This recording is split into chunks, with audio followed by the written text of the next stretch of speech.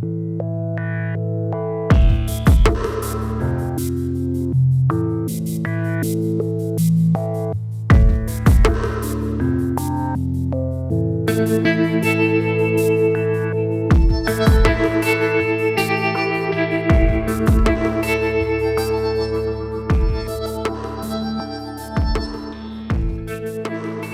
what's up guys? I just want to record a quick video. This isn't a tip or something related to cameras or the usual stuff that I would normally post.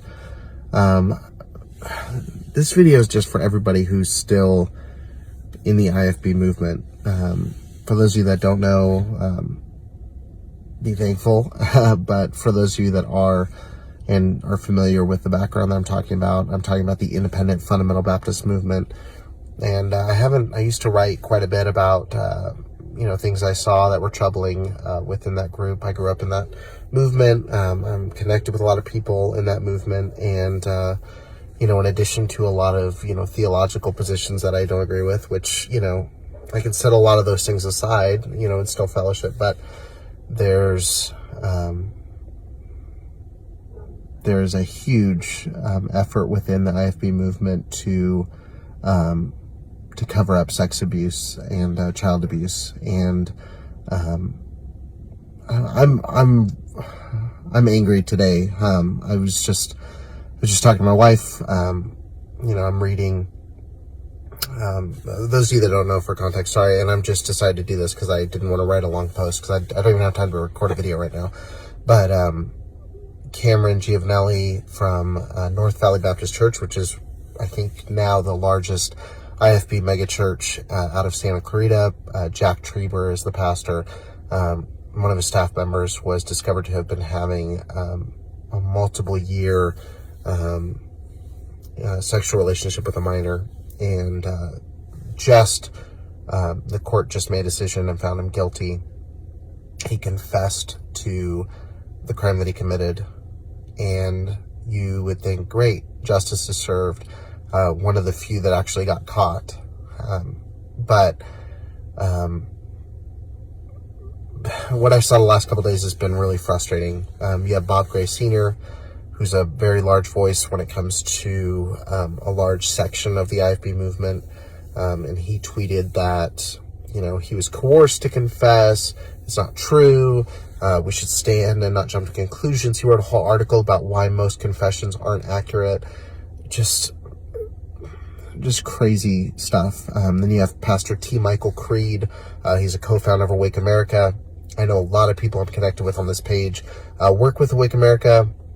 Unfortunately, full disclosure, I have done contract work with Awake America about 2 years ago. I think was the last one I did with them, and I just stopped answering calls from them. I'm not going to work with them again. I thought there were some political differences, but I just looked as a job. But now that I see what Pastor T. Michael Creed said this week, which is we need to stay on the wall and not address issues like child molestation, that's disgusting. And so Pastor T. Michael Creed, if your church is partnered, look and check. If you're partnered with Awake America Ministries, just keep in mind that their leadership and one of the I believe he's a co-founder, support pedophiles and covering up pedophilia in the church. So, and then also there's a pastor, I'm blanking on his name right now. He's from Homeline Baptist Church in Texas. And he is actually trying to raise money to help Cameron Giovanelli pay for his all the expenses that come with him being arrested for being literally a pedophile.